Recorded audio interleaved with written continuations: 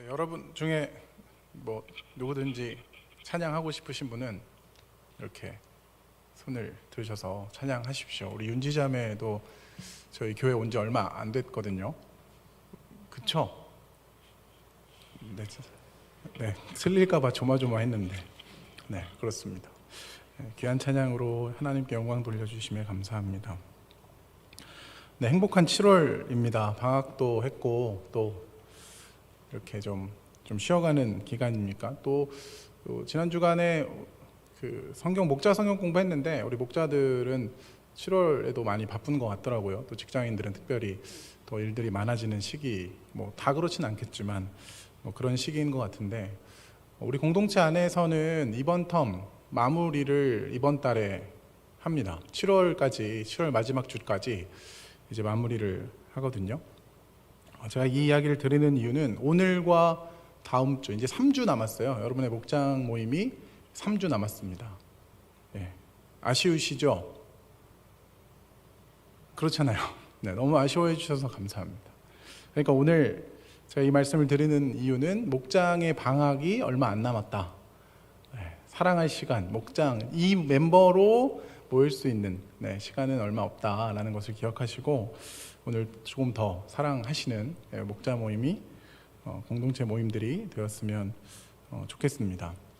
윤지자매가 피아노 반주로 오늘 하나님을 찬양해서 드리는 말씀은 아닌데 사부 예배 반주자를 구합니다. 아니에요. 의도가 있어서 얘기하는 게 아니고, 아까 그 EM 광고에 나왔어야 되는데 아까 제가 예배위원회 여기도 맞거든요. 전화가 왔어요. 사부 반주자가 필요하다. 청년들 중에 혹시 사부 반주자를 해주실 분 있냐?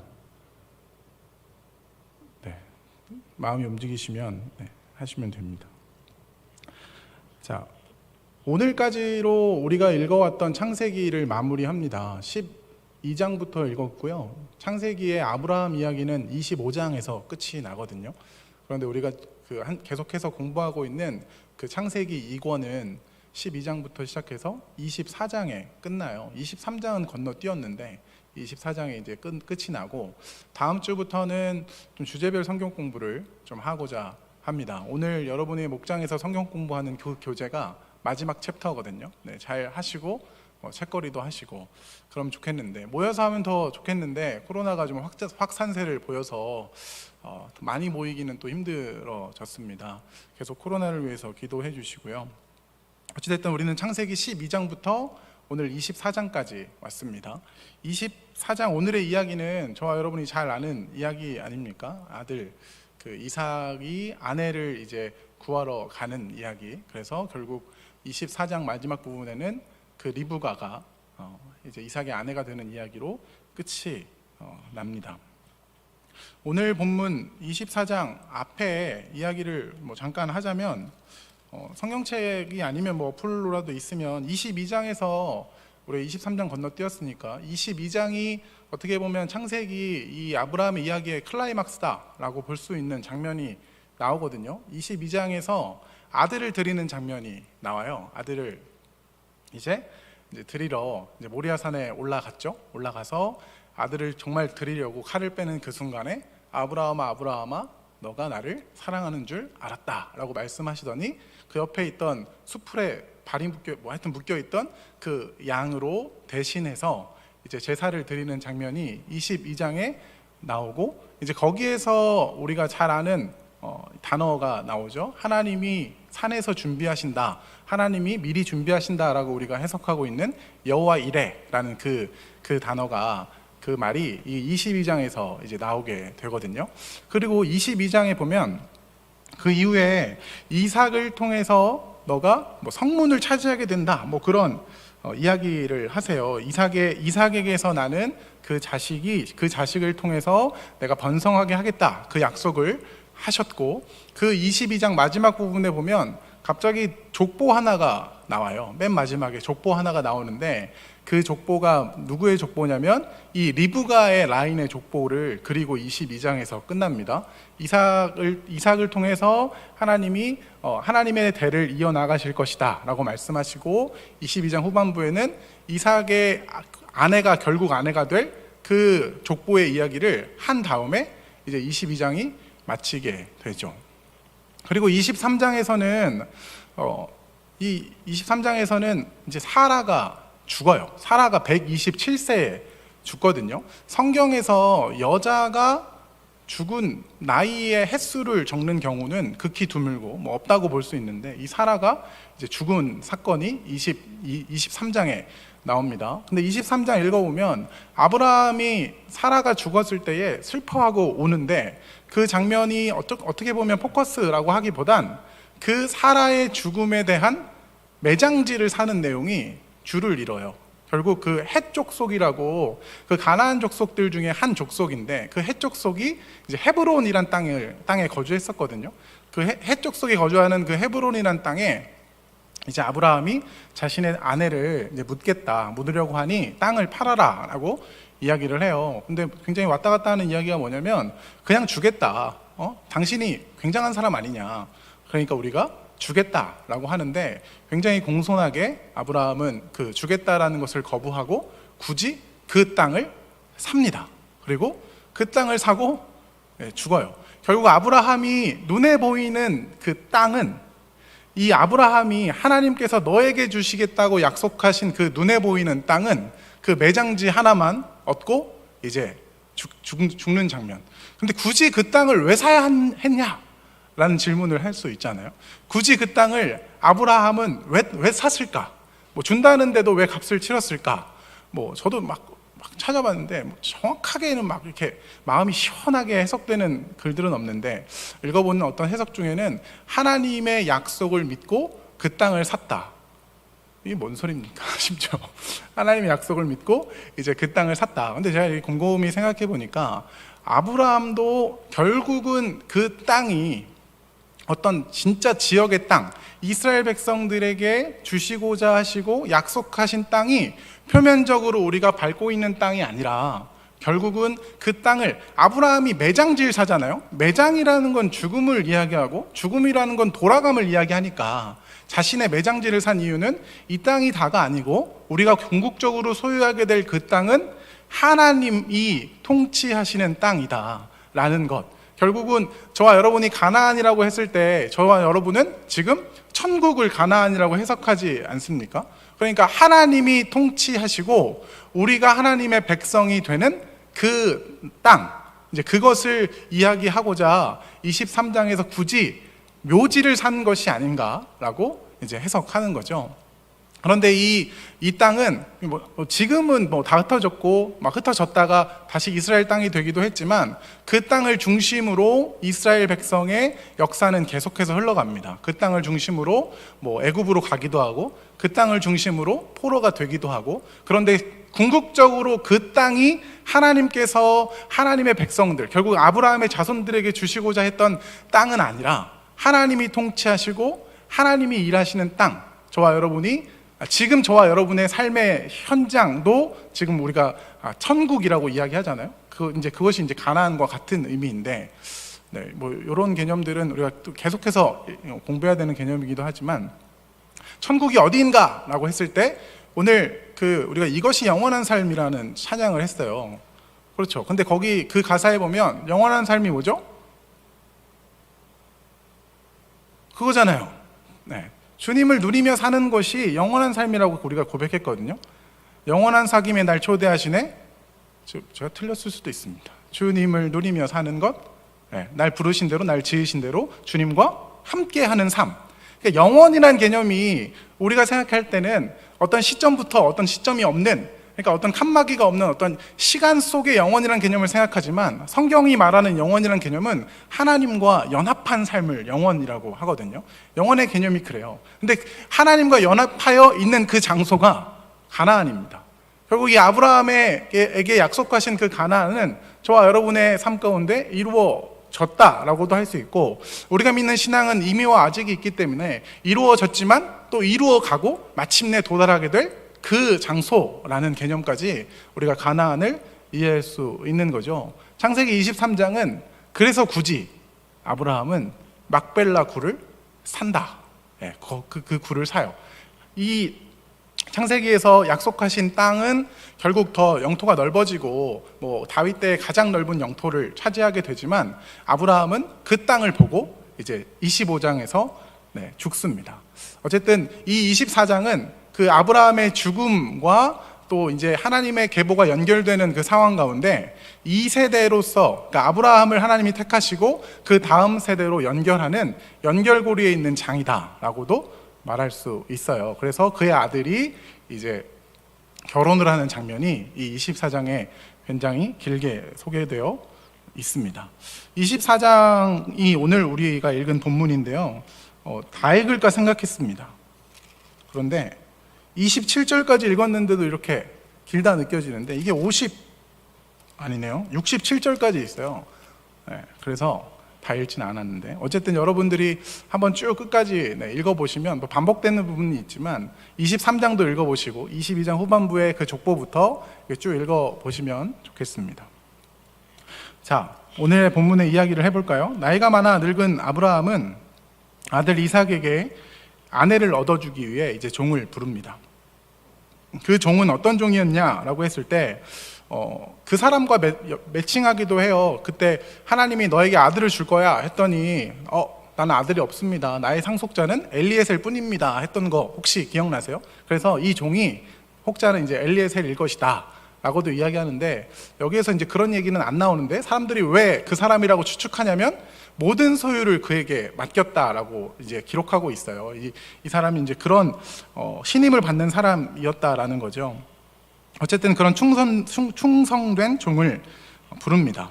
그 아브라함은 그의 종의 손을 허벅지 밑에 넣는 행위를 합니다. 이제 고대에 어떤 맹세를 할 때 그 허벅지 사이에 손을 넣었다라고 해요. 특별히 이 허벅지 사이는 사타구니라고 합니다. 그러니까 이렇게 함으로 이 맹세가 정말 귀한 맹세임을 이제 언약하는 거죠. 임무를 부여하는데 그 임무는 내 아들을 위하여 아내를 데려오라는 것입니다. 특별한 것은 조건이 있어요. 어떤 아내를 데려올 것인가? 어떤 아내를 데려와라 라고 했을 때의 조건은 지금 거주하고 있는 가나안 족속의 딸 중에 아내를 삼지 말고 자신의 고향, 친족에게 가서 데려오라고 합니다. 아브라함이 어디서 떠나서 지금 가나안에 있는지 아시죠? 메소포타미아에서 떠났고 하란을 거쳐서 왔는데 결국 이 종은 다시 메소포타미아로 이제 가게 되는 거죠. 종은 아브라함에게 혹시라도 여자가 따라오지 않는다면 아들을 데리고 그 땅으로 갈지 물어요. 그러니까 무슨 얘기인지 아시죠? 아들 말고 그 종만 갔는데 전 안 갑니다 라고 했을 때 그럼 이삭을 데리고 갈까요? 라고 이제 묻는 거거든요. 근데 단호하게 아브라함은 이제 거절합니다. 그 여자가 따라오지 않으면 너는 이 맹세에 대해서 자유롭다라고 이야기하는데 이제 7절 말씀에 보면 아브라함 이런 얘기예요. 하늘의 하나님 여호와께서 나를 내 아버지의 집과 내 고향 땅에서 떠나게 하시고 내게 말씀하시며 내게 맹세하여 이르시기를 이 땅을 내 씨에게 주리라 하셨으니 그가 그 사자를 너보다 앞서 보내실지라. 아브라함은 아무래도 믿음이 있었던 것 같아요. 그 땅에서 하나님께서 어떤 일을, 사자를 먼저 보내셔서 어떤 일을 하실 것을 믿었다라고 이야기할 수 있는데요. 이삭의 아내의 조건이 이제 두 가지가 나옵니다.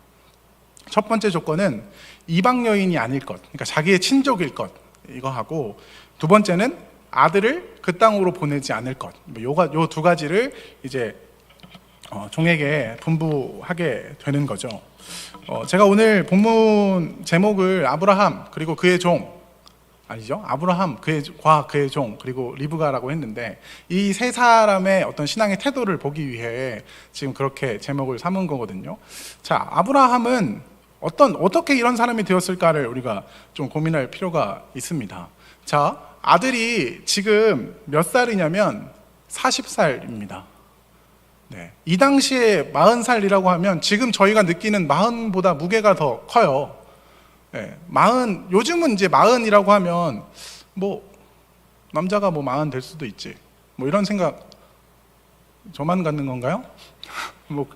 통용되는 건 아닐 수 있는데 이제 이 고대 시대에 나이가 그 정도 됐다고 하면 굉장히 이제 두렵잖아요. 또 아브라함은 이제 자식을 통해서 하나님께서 언약하신 일들을 이루어져야 한다라고 생각이 있잖아요. 그래서 이스마엘도 탄생시켰던 아브라함이고 또 뭐 그 많은 일들을 행했던 아브라함인데, 이 아브라함이 인생을 쭉 경험해 오면서 지금 12장부터 24장까지 지금 여기에서 아브라함이 140세인데 처음 부름을 받았을 때를 75세라고 하고, 140세니까 140 빼기 75면 하여튼 모르겠어요. 하여튼 또 40 더하기 25 그 정도 되잖아요.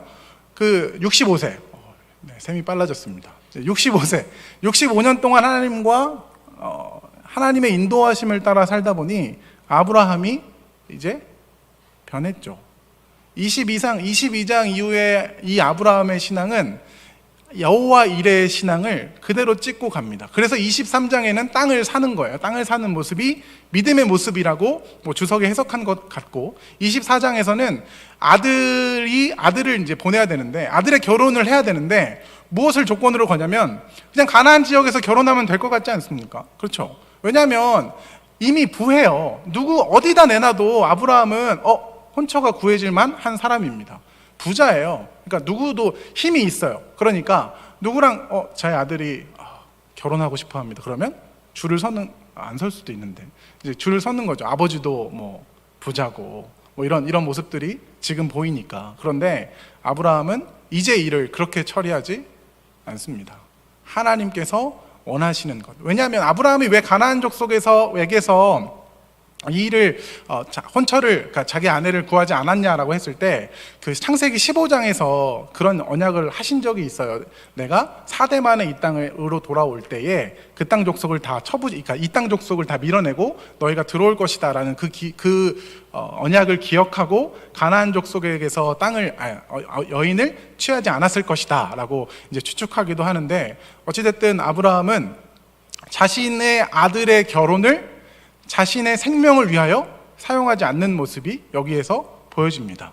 이게 어떤 모습의 반대입니까? 12장과 20장에서 자신의 아내를 누이라고 속였던 그 모습이 전혀 아닌 다른 모습으로 나타나는 거죠.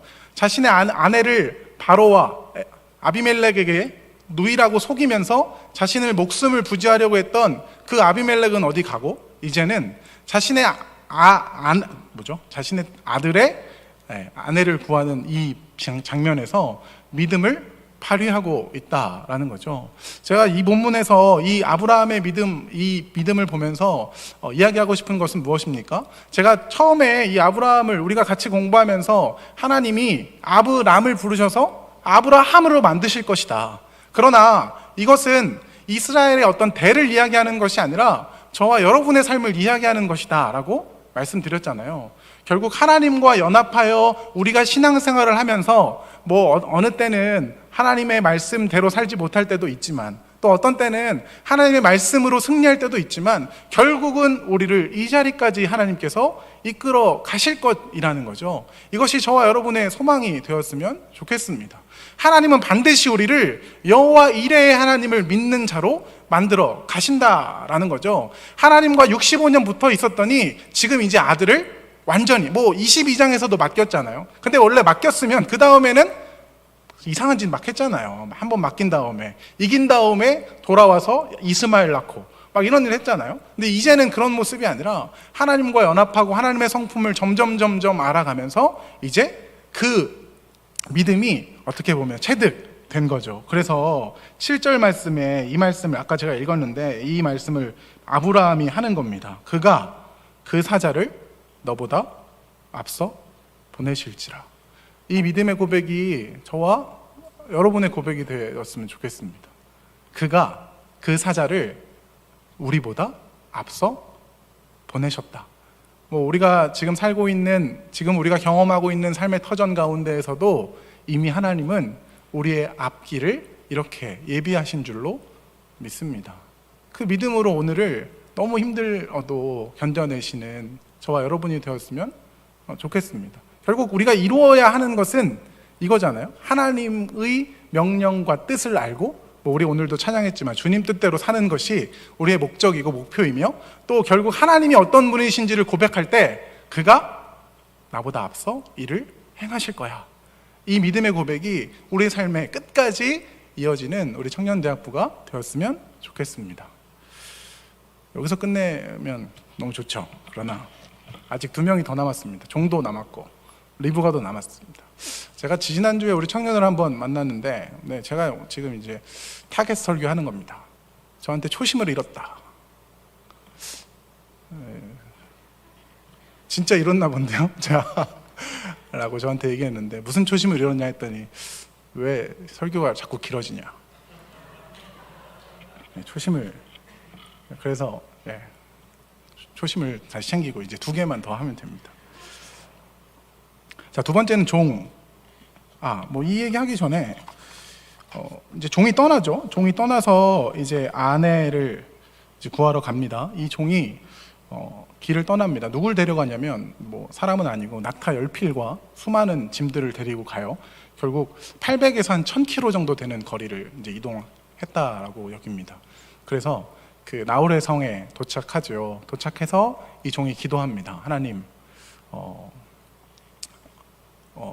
여인을 만나야 되는데 이 우물가에 물길로 나오는 여인들 중에 제가 이런 여인을 만나고 싶습니다 라고 기도해요. 근데 그 기도가 뭐냐면 제가 옆에 있으면 내가 물을 달라 하면 나에게 물을 줄 뿐더러 낙타에게까지 먹이는 사람을 만나고 싶습니다 라고 이제 기도합니다. 그런데 이제 기도 15절의 이 표현이 재밌는데, 이 말을 마치기도 전에 리브가가 등장을 하죠. 리브가가 등장을 해서 이제 리브가와 대화를 나눕니다. 물 좀 주세요 하니까 그 여인이 어떻게 하냐면 이제 물도 주고 그 다음에 낙타도 먹입니다. 낙타 10필, 낙타 10마리가 물을 어마어마하게 먹나 봐요. 뭐 저도 얼마나 먹는지 낙타를 안 키워봐서 모르는데 한 마리당 물을 뭐 얼마 먹는지 중요하지 않죠. 안 써놨어요. 근데 네, 왜 안 써놨죠? 네, 하여튼 물을 먹는데 지금 이 물 한 번에 여인이 지는 그 물지개가 12리터짜리였다고 해요. 그러니까 12kg짜리를 80번 왔다 갔다 해야 먹일 수 있는, 그러니까 1톤 정도의 물을 먹는데요. 그러니까 한 나귀가 아니죠. 한 낙타가 물을 얼마 먹는 겁니까? 100kg. 물을 100kg 먹는 건데 100kg의 물을 이제 실어 나르는 거예요. 여기에서 이제 우물이라고 했을 때는 두레박에 끈을 연결해서 이렇게 당기는 것도 힘든데, 여기 이 당시의 우물은 걸어서 내려가는 우물이었나 봐요. 계단을 내려가요. 그래서 물을 다 짊어지는, 물을 물통에 담은 다음에 짊어지고 올라오기를 80회 이제 하는 거죠. 그 옆에 남자는 이제 지켜보고. 요즘 같으면 제가 그 종을 믿진 않을 텐데 뭐 어찌됐든 그 일을 지금 하는 장면이 여기 이 중간에 나오는 거예요. 그래서 이 중간에 그 우물에 내려가는 사건을 보면 16절에 이렇게 되어 있어요. 그 소녀는 보기에 심히 아름답고 지금까지 남자를 가까이 하지 아니한 처녀라. 그가 우물로 내려가서 물을 그 물동이에 채워가지고 올라오는지라. 자, 이렇게 해서 물을 얼마큼 마시게 하냐면 19절에 보면 마시게 하기를 다하고 이르되 당신의 낙타를 위하여서도 물을 길어 그것들도 배불리 마시게 하리이다. 지금 요 장면이 이제 나오는 거죠. 그래서 이제 이 장면에서 우리가 무엇을 이제 기도할 수 있냐 했을 때, 여러분도 이제 기도하면 이런 장면이 나타나면 좋겠잖아요. 우리가 특별히 청년의 때니까 내 아내 될 사람, 내 남편 될 사람이 이제 이런 사람으로 어떤 기도를 하면 그 기도를 들으시고 그대로 나타나는 사람이 뿅 하고 이제 나타나면 좋겠죠. 뭐 제가 예를 들어 보려고 뭐 무슨 생각을 했는데, 뭐 제가 이제 물어본 하나님 앞에 이제 뭐 결혼 전이라고 하면, 하나님, 제가 만날 여인은 제가 부목자를 시키면 간사하겠습니다. 뭐 이런 여인, 뭐 부목자를 할래? 그랬더니 저는 간사가 좋습니다. 뭐 그러니까 이게 없는 여인이라는 거예요. 우리 공동체에 한 명도 없는데. 그렇죠. 있을 수도 있죠. 뭐 하여튼 이게 없는 일이라는 거거든요. 지금 이 일이 이루어진 것이 우리가 이런 어떤 뭐 판타지 같은 느낌이잖아요. 이런 것을 꿈꾸지만 우리가 이제 이 일이 하나님의 뜻이면 이루어진다라는 것을 말하고 있기도 하지만, 그 일이 진짜 이루어졌다라는 것은 한편 이 종이 되게 지혜로운 시험을 그 여인에게 했다라고 이제 이야기하는 사람도 있어요. 이 종이 이런 테스트, 그러니까 자신의 주인의 종에게, 아니죠, 자신의 주인의 아들에게 맞는 아내를 구하기 위한 테스트로 뭐 이렇게 지혜와, 그러니까 넉넉한 마음, 착한 마음과 체력을 보았다. 이거 보세요. 지금 80번 왔다 갔다 해야 되니까 체력을 보았다라고 해석하는 문장도 있는데 뭐 그런 걸 다 떠나서 어찌됐든 지금 우리에게 나타나고자 하는 일이 이런 일. 근데 저와 여러분들이 이렇게 기도했을 때 그 사람이 하나님의 뜻이면 이렇게 됩니다. 여러분 이렇게 기도해 보십시오. 근데 이제 세 가지가 맞아야 돼요. 하나는 지금 아브라함의 뜻에 맞는 사람을 찾은 거죠. 네, 두 번째는 자신이 기도한 사람이 이제 나타난 거잖아요. 그렇죠? 이런 사람이 되었으면 좋겠다라고 했는데 나타난 거죠. 세 번째는 그 사람이 가겠나이다 해야 돼요.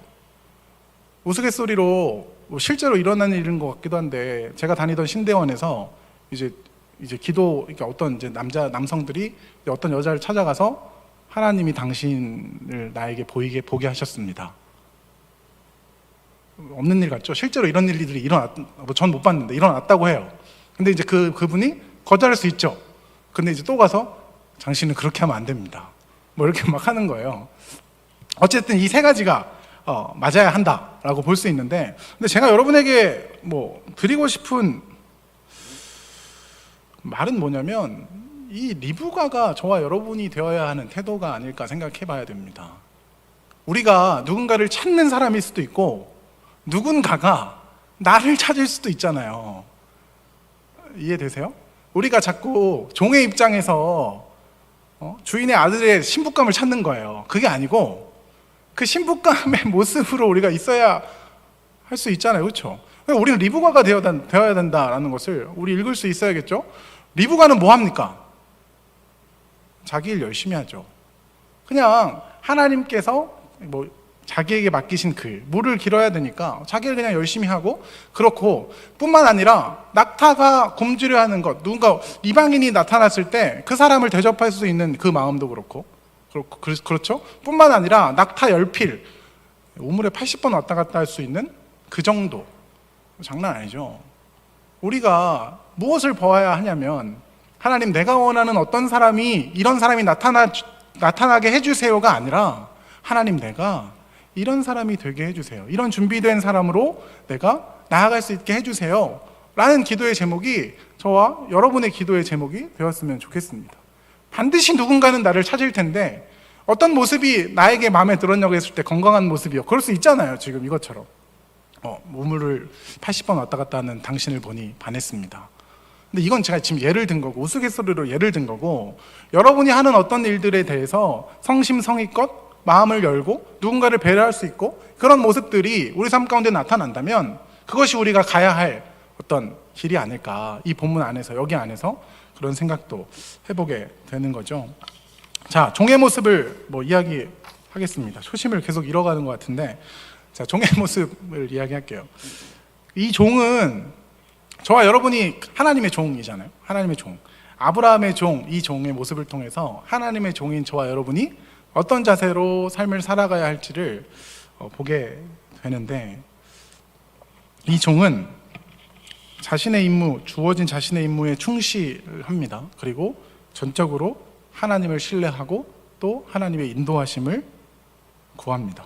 그럴 때에 하나님은 그분의 선하신 뜻 가운데 이삭의 아내를 준비하셨고 만나게 하셨고 하나님의 인도하심을 경험하게 하시거든요. 이 종은 자신에게 보여진 임무에 최선을 다해요. 12절 보세요. 12절 보면 그 하나님 앞에 어떤 여인을 만나고 싶다라고 먼저 기도하는 모습이 나오죠. 저와 여러분의 모습, 하나님께서 우리에게 주신 사명을 가지고 기도해야 한다라고 우리가 이해할 수 있고, 21절에 보면 물을 깃고 있는 리브가를 묵묵히 봅니다. 그리고 거기에서 물을 기르니까 만났다라고 확신하지 않아요. 뭐 하냐면 그 사람이 그를 묵묵히 주목하며 여호와께서 과연 평탄한 길을 주신 여부를 알고자 하더니, 그러니까 이것도 지금 이 일이 일어났어요. 실질적으로 자기가 기도했고 기도한 일이 나타났거든요. 근데 그럼에도 불구하고 지금 이 일이 하나님께서 하신 일입니까를 묻고 있죠. 결국 정말 하나님께서 하시는 일인지를 계속해서 확인합니다. 그리고 우리가 어저께도 나누었지만 33절에 보면, 오늘 안 읽었으니까 제가 읽어볼게요. 그 앞에, 이제 여기서 그는 종이거든요. 종 앞에 음식을 베푸니 그 사람이 이르되 내가 내 일을 진술하기 전에는 먹지 아니하겠나이다. 이렇게 이야기해요. 자신이 역할이 그 결혼 소식을 전하는 것이 역할이잖아요. 그래서 아내를 만났고 결국 리브가의 집에 초대돼요. 그러니까 리브가의 집에 가서 유숙하게 되는데, 지금 일어났던 그 일련의 사건들, 하나님께 기도했고 리브가를 어떻게 만났고 그 리브가는 자신의 주인이 찾고 있는 그 사람이다 라는 것을 말하기 전에 먹지도 않아요. 그러니까 자신의 안위나 자신의 배를 채우기보다 하나님의 명령과 그 임무에 순종하는 자로 지금 이 종은 섰다라고 할 수 있겠죠. 하나님의 종인 저와 여러분의 오늘은 이렇게 살아가야 한다라고 생각이 됩니다. 오늘 우리가 주님 뜻대로 살기로 했네. 네. 주님의 뜻이 무엇입니까? 뭐 우리가 하기 싫을 땐 잘 모르겠고, 네, 그렇죠. 그런데 하나님의 뜻이 무엇이냐라고 했을 때 우선은 지금 우리에게 주어진 일이 하나님의 뜻이라고 생각하시고 그 일을 충성되게 하는 겁니다. 그 일을 내 손에 하나님께서 쥐어주신 그 일을 하나님 앞에 그렇게 충성되어 하는 것. 그런데 어떻게 하냐면 이 임무가 하나님께로부터 부여받음을 기억하고 기도하면서, 또 이 어떤 일이 우리의 마음대로 실현됐을지라도 그 모든 것이 하나님께서 하시는 일인지를 계속해서 살피면서 나아가는 것이, 그리고 나의 배와 나의 안위를 채우기, 이거 굉장히 어려운 이야기거든요. 정말 배고프면 먹게 돼 있어요. 그런데 배가 안 고팠나? 뭐 그런 얘기 할 수 있겠지만, 우리는 결국 저와 여러분은 뭐 특별히 뭐 목사니까 저는 더욱더 그러겠지만, 근데 이거 좀 그렇지 않아요. 저와 여러분 똑같아요. 하나님의 종으로 부름받은 저와 여러분은 하나님의 우리에게 맡겨주신 그 사명을 전하는 일이 최우선이 되어야 한다라는 것도 이 본문에서 읽을 수 있는 것이겠죠. 저와 여러분이 그런 삶을 살아가는 사람들이 되면 좋겠습니다. 하나님께서 우리에게 명령하신 것이 가장 최우선이라는 거죠. 신앙의 선배들이 다 그렇게 살았지 않습니까? 뭐 우리가 다 알고 있는 바울도 그랬고, 뭐 베드로도 결국은 그랬고, 또 우리의 신앙의 선배들, 역사에서 우리가 신앙의 선배라고 읽고 있는 그 사람들도 하나님의 명령에 순종하여 자신의 목숨까지 내어놓고 아끼지 않고 그렇게 살아간 사람들 아닙니까? 하나님의 종으로 부름받고 하나님의 사랑을 받은 저와 여러분의 삶이 그렇게 살아가지는 그런 저와 여러분이 되었으면 좋겠습니다. 네, 마지막은 리브가입니다. 네, 리브가만 이야기하면 끝납니다. 리브가는, 제가 이 리브가를 보니까 아브라함의 모습이 오버랩됩니다. 하나님이 아브라함을 부르실 그때에 이런 장면이지 않았을까라는 생각이 들어요. 리브가는 지금 종이 와서 그러니까 엄마하고 오빠하고 아버지에게 동의를 구하죠. 동의를 구하고 이제 아들하고, 그러니까 오빠하고 엄마는 한 열흘 정도 말미를 주세요 라고 이야기를 해요. 뭐 열흘 더 있을 수도 있는데 종이 서둘러요. 왜냐하면 이 기쁜 소식을 전하고 싶었던 것 같아요. 자기의 주인에게, 아브라함에게 전하고 싶었던 것 같아요. 그래서 나는 내일 아침에 가겠습니다 라고 해요. 그러면서 그 딸한테 물어보죠. 리브가한테 물어보는 거예요. 너 갈래? 라고 물어보는데, 오늘 우리가 같이 읽진 않았지만 58절에 이렇게 기록되어 있어요. 리브가를 불러 그에게 이르되 내가 이 사람과 함께 가려느냐? 라고 이렇게 물어요. 그런데 그녀가 대답합니다. 가겠나이다. 네, 요 장면이 아브라함이 메소포타미아를 떠났을 때 그 장면이 아닐까라고 오버랩 됩니다. 본토 친척 아비집을 떠나 내가 내게 보여줄 땅으로 가라라고 말씀하셨던 그 약속의 말씀이 지금 신앙의 이대의 안행의 모습으로 다시 드러나는 거죠. 그 명령에 순종했던 아브라함, 그 아브라함이 65년간 하나님과 함께하며 지어져 갔던 것처럼 리브가는 지금 그 인생으로 초대받는 겁니다. 그러면서 어떤 대답을 하냐면 내가 가겠나이다 라고 하는 거죠. 아브라함은 내가 가겠나이다 라고 해서 일어날 일을 모르고 왔잖아요. 리브가도 지금 자기 앞에 일어날 일을 모르고 출발합니다.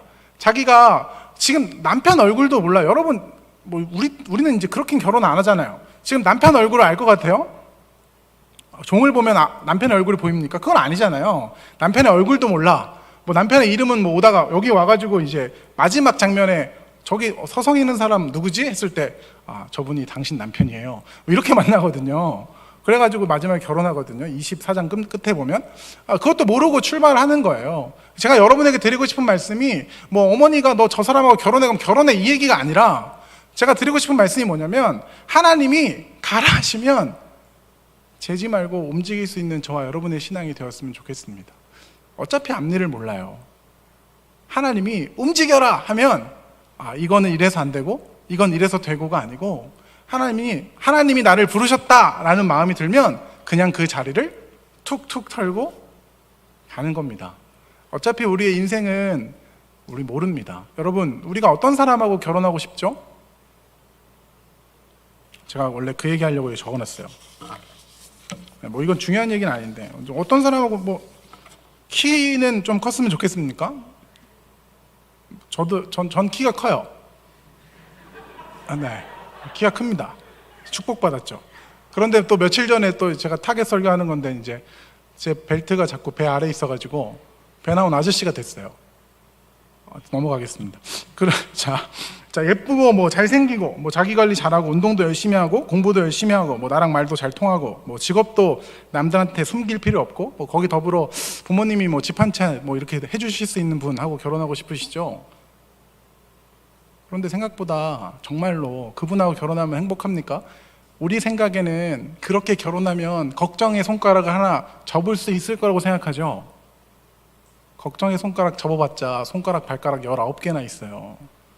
여러분, 우리가 하나 접는다고 해서 그 걱정이 사라지는 게 아닙니다. 하나 접는다고 해서 우리가 유리하다고 판단하는 거지, 내가 무언가를 내주고 무언가를 얻었다라고 착각하는 거지, 그렇게 남편을 얻고 그렇게 아내를 얻고 그렇게 직장을 얻고 내가 원하는 것을 얻었다고 하여 우리 인생이 희희낙낙, 우리가 아까 찬양한 평안이 오는 것이 아닙니다. 하나님이 가라 하신 곳에 갔을 때, 하나님이 내 앞에 먼저 가신 것을 경험했을 때 우리는 그 평안을 경험하는 거예요. 내가 원하는 남편과 아내가 아니라, 내가 하고 싶은 어떤 것이 아니라, 우리 뭐 직장 취업한 사람들 뭐 이제 고민이 끝났습니까? 아니잖아요. 끝도 없는 그 인생길 가운데 우리는 무엇을 경험해야 하냐면, 하나님이 내 앞서 가 계시는가, 하나님이 내 앞서 인도하신 길에 내가 거기에 서 있는가. 우리의 기도는 늘 거기에 있어야 됩니다. 지금 리브가는 갈래? 가겠나이다. 우리는 지금 그 결단을 해야 한다면 여러분 재지 마십시오. 어차피 앞은 깜깜합니다. 어차피 한 발 때도 앞은 깜깜해요. 그런데 믿음의 사람이 깜깜하지 않은 이유가 무엇입니까? 하나님이 한 발 앞서가셨다는 믿음 때문이에요. 하나 접으면, 집이 있으면 뭐 그렇겠죠. 그럴 수 있겠죠. 근데 정말 그러냐라고 했을 때는 가지지 못한 자에 대해 그렇다라고, 상대적인 거죠. 정말 그렇지 않거든요. 결국 우리가 경험해야 하는 것, 우리가 이 땅 가운데 배워야 하는 것은 여호와 이레의 하나님이 내 삶 가운데 계시고, 내가 가겠나이다 했을 때 내 한 발 앞서 가 계신 그 하나님을 경험하고 경험해 가는 것, 그거 외에는 우리 삶에 무엇을 남기고 갈 겁니까? 결국 이 신앙의 2세대가 리브가를 통해서 다시 시작됩니다. 그리고 하나님의 구원 사역은 리브가, 그리고 리브가는 이제 아들을 또 낳잖아요. 에서와 야곱을 낳고 또 그 다음에 12 이제 아들들을 낳는데, 이렇게 연결되어 가거든요. 하나님이 한 세대를 저물게 하신 다음에 새로운 세대를 일으키시는 겁니다.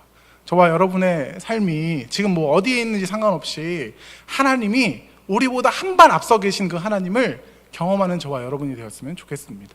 그래서 다른 것을 고민하는 것이 아니에요.